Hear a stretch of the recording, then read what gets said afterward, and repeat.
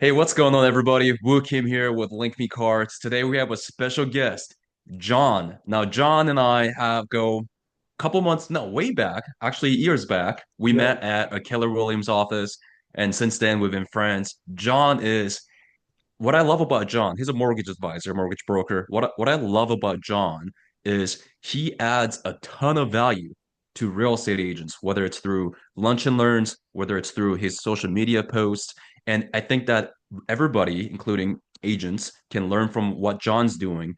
And so, without further ado, John, pleasure to have you on, man. What do you do, and why should people listen to you, John? Hey, thanks, Wu. I appreciate that introduction, man. I would like to know me. Shoot, that's a great introduction. Well, so what I do is, I've been a mortgage advisor for almost 25 years. Okay, been in this business, got in the business back in late 2000, early 2001. Been in this as a full-time lender ever since. And my goal is, when I first got in the business, the goal was just get out there and meet people and do as much as you can. My goal now has been to try to help realtors and even other lenders grow their businesses. That's a big priority of mine. I love that. Yeah. And everybody check out his social media. You can reach John at JT Loans. Is that right? That's it. JT Awesome. Loans. Pretty easy. JT Loans. Fairly easy. All Yep. right, John. So, as you know, my audience are real estate agents. And the goal of this podcast is to give agents practical value. What I mean by that is, we want real estate agents to watch these podcasts and walk away with 1 to 3 things that they can take action on immediately. So, with that being said, I have a couple of questions for you. All Sure. right. So, let's do this. So, you covered who you are and why should people listen to you. Good. So, number two, let's talk real estate. Could you share? I know you've been in the business for a while. Could you share what are some of the most asked questions that you get from your clients, your audience, from people in general? So that's a great question there. It varies from depending if it's a realtor or a client. So I'll talk about clients. A lot of times, the biggest question from buyers is, what are rates and how much, what are closing costs? And that's typically one of the biggest things is what are the rates and what are the closing costs and how does this process work? What are the rates? Yeah. Well, typically, like right now, rates have been up. We had a little period there where they were coming down, but then the last few weeks they started going up. So we're probably in the mid to high sixes for conventional, and probably low sixes for FHA and VA right now.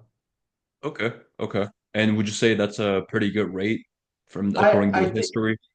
you know what? Based on history, it's about average, right? A lot of people got used to the 2.5% and 3% rates that we had there for a couple of years.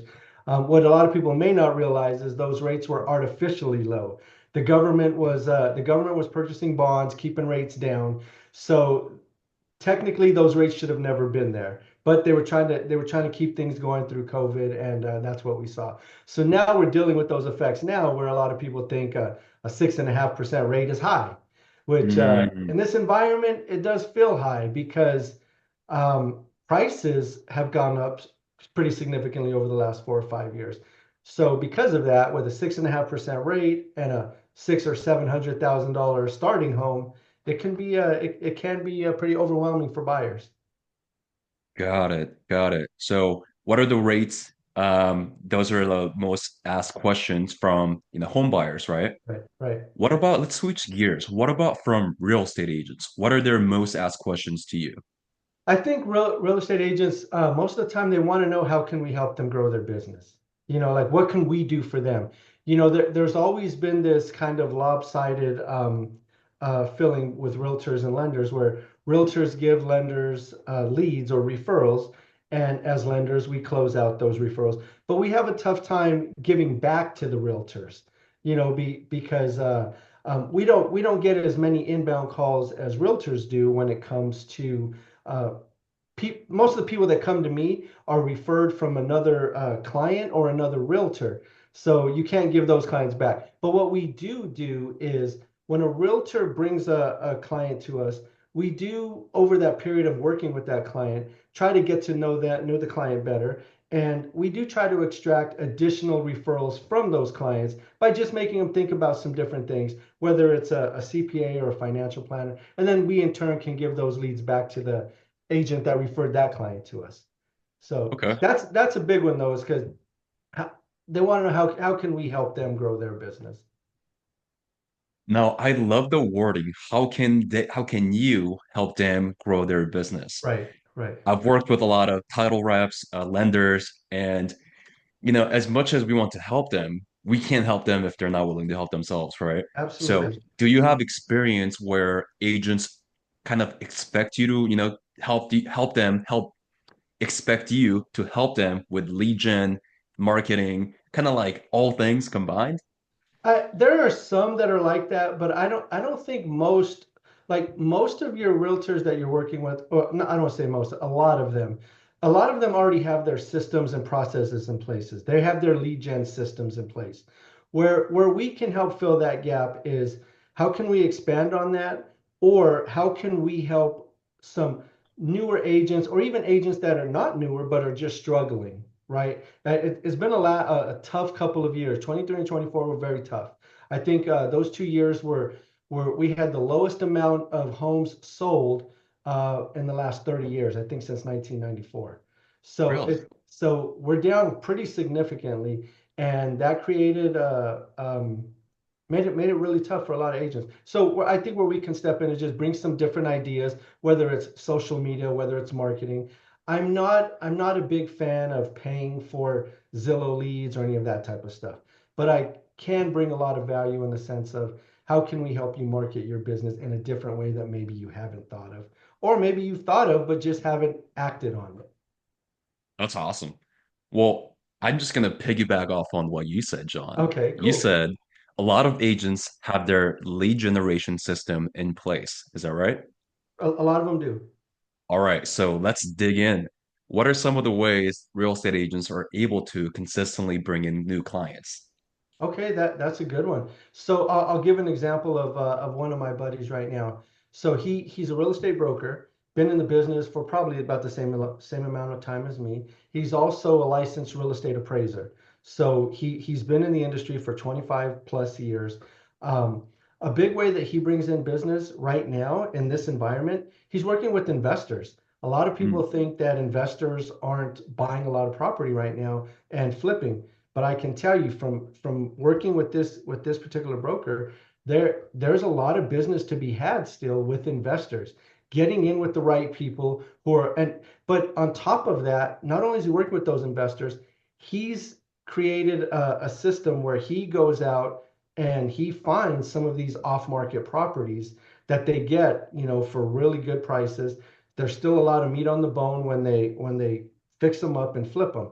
So that's one way right there. I mean that's you have your um uh I guess the best way to say it is you have your basic stuff, your tried and true methods, right? There's door to door still works. Knocking on doors, talking to people. The old way of doing it still works, but it's what works for you. So there are plenty of ways. There's a lady in the area here where I live and work in.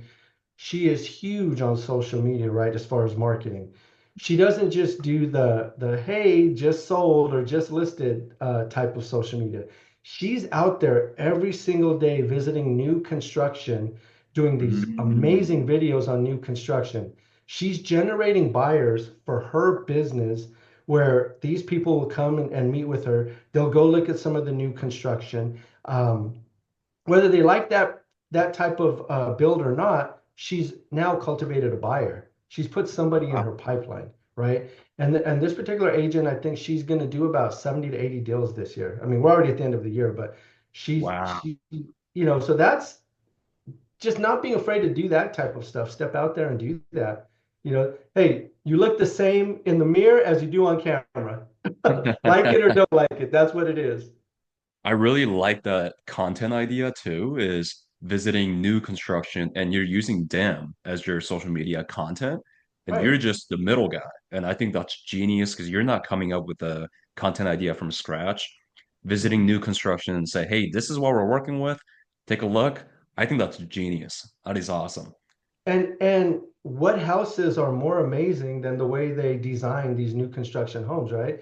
They're fully furnished, have they look really great, and it's just a matter of going in and doing some videos and using that to your advantage. Right, right, right. So you're firing a lot of ideas in my head here, John. All So right. you mentioned the first real estate broker that you mentioned that's also an appraiser is generating a lot of business through flippers investors. Is that right? Right. Right. Right. So let's just say, just because I have a lot of agent friends that are just starting out in their first year of business, how do those newcomers that want to start tapping into the investor market, how do those people, those agents, in your opinion, how can they find investor clients, investor leads? So that's a great question. I think there's a few ways, but first of all, you have to let everybody know what you're doing, right? I mean, that's number one. Excuse me. You can't be a secret agent.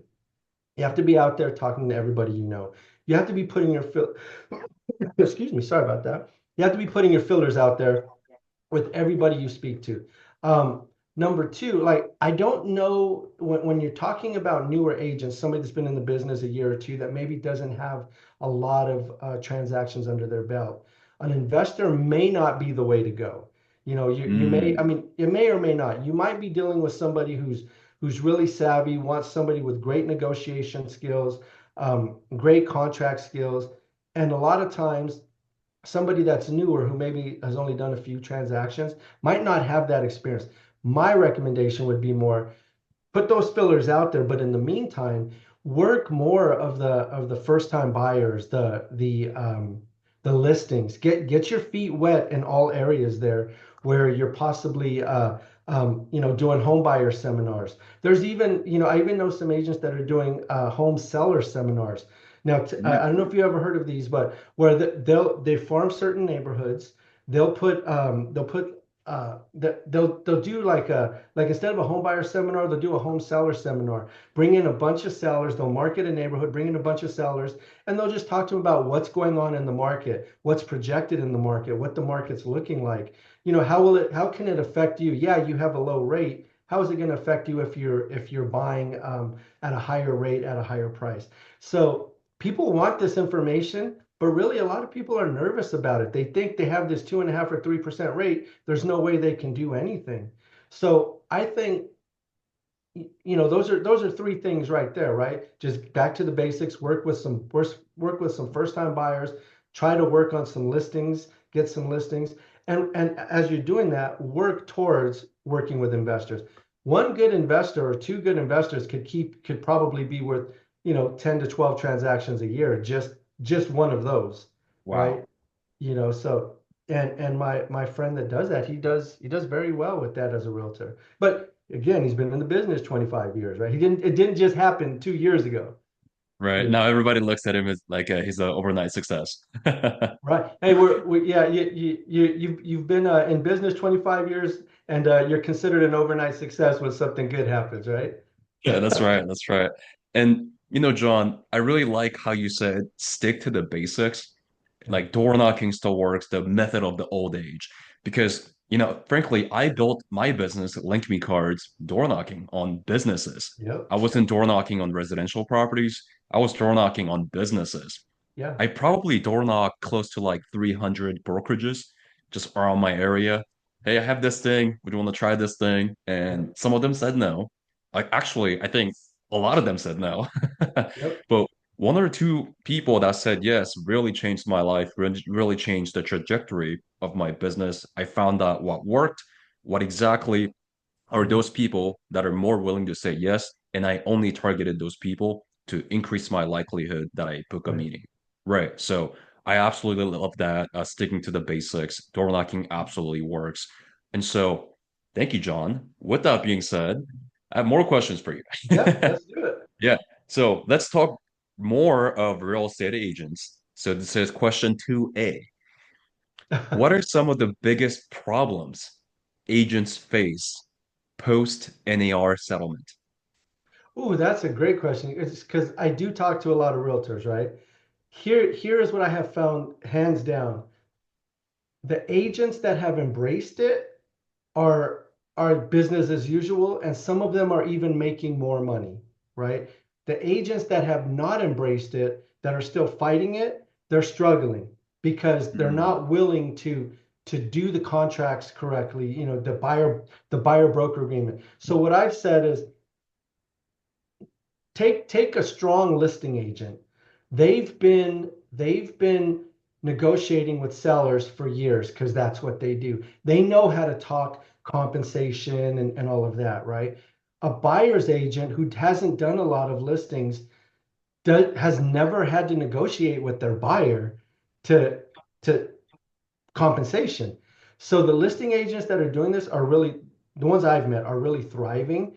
The buyer's agents that are catching on to this and understanding that when you're talking about the buyer broker agreement, it's just another conversation. So many people are wrapped up thinking that the the buyer has to pay your compensation. That's not the truth at all. I think the stat right now is 94 or 95% of the homes that have been sold, the seller is still paying compensation. And a really? lot of people have thought that, well, the buyer has to pay it. No, that's not true. You just have to, if I was an agent, a realtor working with buyers, I would really craft the buyer that buyer consultation, really craft it as far as making sure they understand how this agreement works, how it affects them. Like here's a scenario. Let's say they do a buyer broker agreement. You talk to the buyer says, I don't want to pay 3%. Let's just use that number. I don't want to pay you 3%. Well, as a buyer, you don't have to pay the agent 3% because you're going to request it from the seller. If the seller says, no way, no can do, we're not paying any compensation, guess what? You don't buy that house, right? Or you do buy that house and you pay you pay the agent compensation. So you have options there, but I think my what I've seen is the biggest challenge is a lot of realtors have not jumped on board still today, 3 months later, 4 months later. I think once you embrace it, because change is always going to happen, I think you'll be a much stronger realtor for it because it helps in your negotiation skills with buyers, but also in your listing presentations. Gotcha. And with that said, John, are you a believer that, um, well, let me ask you in this way. Should agents read books on negotiation, or should they just go out and negotiate more and then read books on negotiation I if they want I to start, think. Oh, go ahead. if if they want to be a better negotiator? I think it's both, honestly, because I think if you're new to this industry, even if you're not new to this industry, you just haven't done it, you need to practice it, right? You need to really hone your craft. And this is part of, as realtors and lenders, we make really good money at what we do. And if you're not practicing at the highest level, then somebody that is going to take that food off your table, so to speak. So I'm a believer. I'm a big reader. I typically try to read anywhere from 10 to 20 books a year, on Wow. all different aspects. Um, but I think you should read books on negotiation. I think you should role play negotiation. I think you should craft some really great scripts. And we do have the ability to help with some of those scripts. I mean, I'm like us, we role play with other realtors and even other lenders, and just to try to help them understand, like it's just conversations. If somebody says this, you come back with this. If somebody says this, you come back with that. And it's not a canned script. A script is a guideline. It just helps you get through a certain scenario with some of the most common questions and objectives. But I'm a believer of all of those. That you should read, you should study, you should role play, all of that. Yes, speaking of role play, there's now technology with ChatGPT, so you can actually have a conversation with ChatGPT and ask it to role play with you. So, an agent friend of mine, his name is also John. What he does is he goes onto ChatGPT and he asks them, "Hey, role play with me on negotiating with a seller, but be nasty." Yeah. And so ChatGPT is asking him all these nasty questions. Why should I work with you? How much do you pay? Blah, blah, blah, blah, blah. And John is able to overcome that or practice overcoming those questions. And I think that's amazing with the technology help there. And of course, it's always better to negotiate or practice negotiating in person with a lender like you who's knowledgeable, who can ask agents some of the questions the sellers actually will ask from your experience. So that is awesome. I think that's a great tool from ChatGPT. I've heard of that. I have not tried that myself. I use ChatGPT all the time though, but I have not tried that. So that's something I might actually just try just to play with. Let's go. Awesome. Okay. Well, hey, John, so you're a marketer yourself. And from my experience working with agents, a lot of agents struggle with the marketing piece of their business. So, what do you see that's working well for agents in terms of marketing? What should agents do more of or less of? So I'll kind of touch a couple of points on that. And, obviously it's not for me to say what they should or shouldn't be doing. I just say what I think works and what works from other people that I know. So number one, when it comes to marketing, you have to have a solid CRM, right? Your customer relationship management system. If you're not putting all of your clients and your leads in a CRM, and keeping a good database and following up with them, you're losing out just thousands and thousands of dollars and many transactions. The key to everything is just follow up, staying in contact with leads, past clients, and potential clients, right? That's number one. I think when it comes to marketing, a lot of people, and I don't mean this disrespectful, but a lot of times we think that, hey, if we put just listed or just sold, that's marketing. That's not marketing because to the average, that may be to people in your sphere, your other realtors, other lenders, they're going to see that. They're like, oh, great, so and so just sold another house. I'm so happy for her. But the common person that is looking to buy a home, that doesn't really mean anything to them, right? So I think it's just being more intentional about what you're saying if you're saying it on social media, right? But having scripts again, having video scripts that you can put together. You mentioned ChatGPT. You can go into ChatGPT and say, hey, I'm a real estate agent in the Chino Hills area. I want to target home, people that are selling this type of home or buying this type of home. The better you make your prompt, the better output you're going to get. And you can ask it, give me 10 video ideas that I can use for Instagram Reels. Boom, boom, boom. It's going to give it to you in 10 seconds, right? And you can then take that. Okay, I like number three the best. Okay, please expand on number three with this information. You can literally create different scripts whether it's targeting first-time home buyers, move-up home buyers, listings, whatever it is. And I think that has more value than just listed or just sold. You know, so that's something that I'm I'm really being more intentional about. On my social media, we don't just talk about rates. We talk about different, just different tips and different tactics that can help realtors, help the average buyer, or whoever it may be. I love that. And, speaking of ChatGPT, you mentioned you can get, a couple like video script, content ideas, and all that stuff there. And I think with the new technology, ChatGPT, I'm thinking let's just have a sidetrack and talk Yeah. about ChatGPT. Um, ChatGPT is going to take over Google, right? So, I mean, my father, who's 54 years old, well, he's about to turn 55. He goes to ChatGPT and uses ChatGPT rather than asking it on Google. Like, hey, can I eat this? Or when like if you Oh, leave your meat overnight and outside of the fridge, can I eat this? Like those questions that we used to ask Google, the simple questions we used to ask Google are now being asked to ChatGPT. So here's what I'm thinking, and I learned this from Gary Vaynerchuk, and he says ChatGPT will overtake Google, and in the coming years, Google ads, they won't be as effective because more people are searching on ChatGPT. And ChatGPT in itself will now have ads. So if people are asking, hey, I'm a first-time home buyer, I don't know what to do. Get me the realtor, the loan broker, like mortgage broker, whatever. ChatGPT will then be able to send whoever they want right to them, right to the user. So that's also that's scary and exciting at the same time because one, we will be able to advertise on ChatGPT in the coming years. Hmm. But two, if somebody's willing to pay more, they will have complete monopoly on what ChatGPT sends the user to.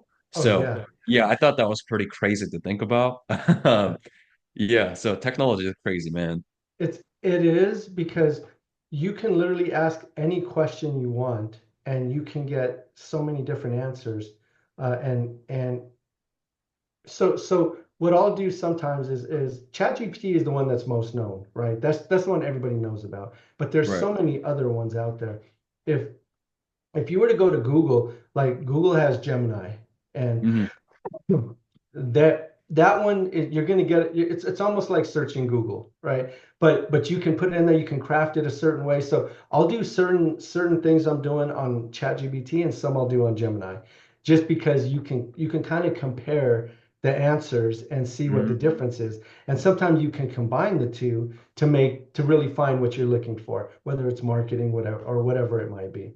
I mean, this may sound a little crazy, but we've my wife had somebody at her job that passed away, and they were trying to put something together, just kind of like a quick short obituary. So we wrote this long paragraph in ChatGPT about what type of person she was, and said, okay, now make this 100 words or less, and it created this really great, like, of who she was, what was her personality like, just something to hand out to the employees. That's a whole nother, like, that has nothing to do with this. Just I'm just saying, when you're thinking about it, there's so many uses that you can use it for.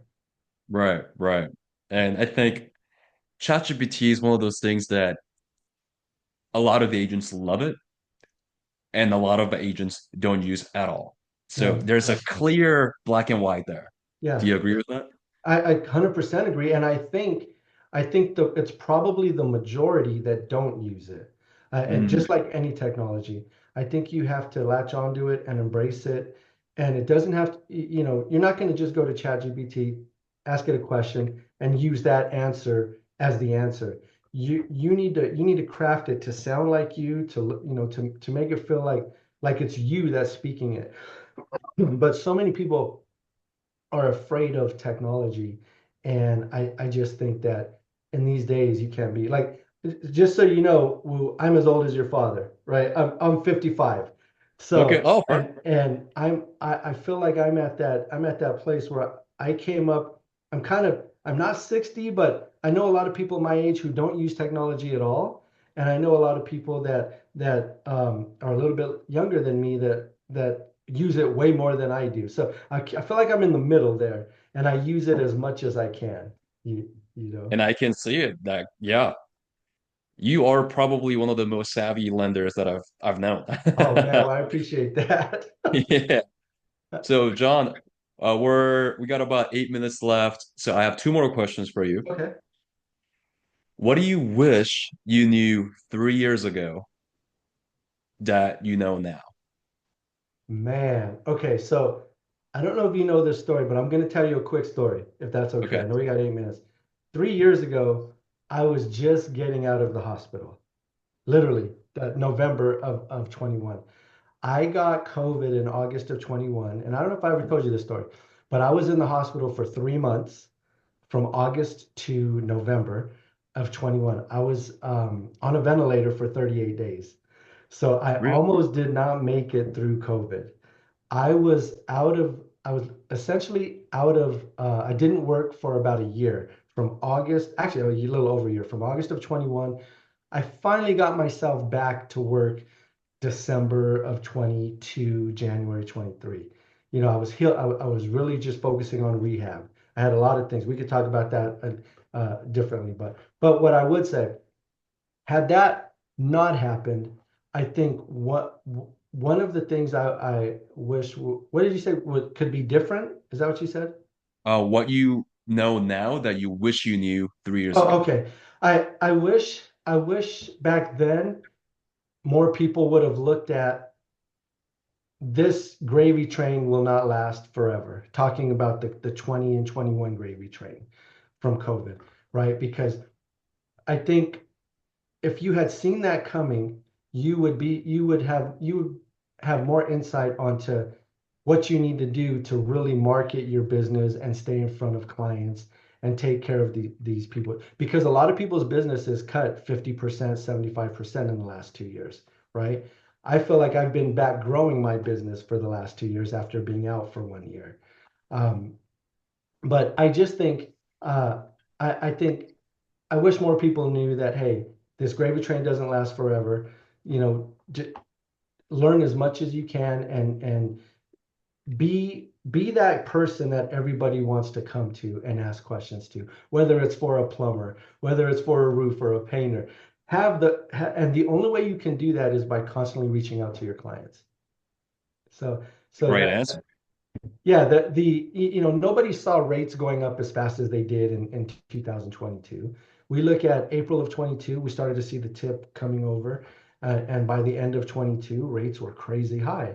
That's what, and then 23, they've been up and down, 24 up and down. So I think it's just always be prepared for the unexpected. That's a great answer. Thank You you. know, we went through that 2000 and I was a lender back in '08 when the meltdown happened, and I remember a couple of years before it actually happened, the broker of the company I was working at, he told everybody at that time, hey, all the money you guys are making, all the deals you guys are doing, this is not going to last forever. If you're not saving money now, you're crazy. You're going to be hurt when the market turns. Nobody expected it to turn the way it did, and a lot of guys that I know lost homes, lost cars. I mean, lost so much stuff because nobody was prepared. Thank God we were prepared. We had savings. We made it through all of that with no negative blemishes. But that wasn't the case for everybody. Mm, mm. So you kind of live and learn. Live and learn. Yep, that's the motto, right? Live and learn. Do Yep, more of stuff that's working and do less of stuff that's not working. That's a whole business plan absolutely. right there. Absolutely. Yes. All right, John. Well, with that being said, for those viewers that are watching this, how can they find you? How can they reach you? So the easiest way is my Instagram. If you go to at JT Loans, you can reach me there either through messaging. It has all my contact information, my email, my phone number, web address, everything. But that's probably the easiest way to reach me. All right. Well, thank you, John. It's been an honor to have you on this show. I appreciate all the knowledge that you shared with us. And guys, go reach John and have a conversation with him. He adds a ton of value to real estate agents and home buyers and sellers. So find him at JT Loans. That's on Instagram. Search JT Loans. All right, John. Thank you for your time. We'll talk to you next time. I appreciate it, Woo. Hey, man, you're a great guy to hang out with. I love it. Awesome. Thank you, John. You take care.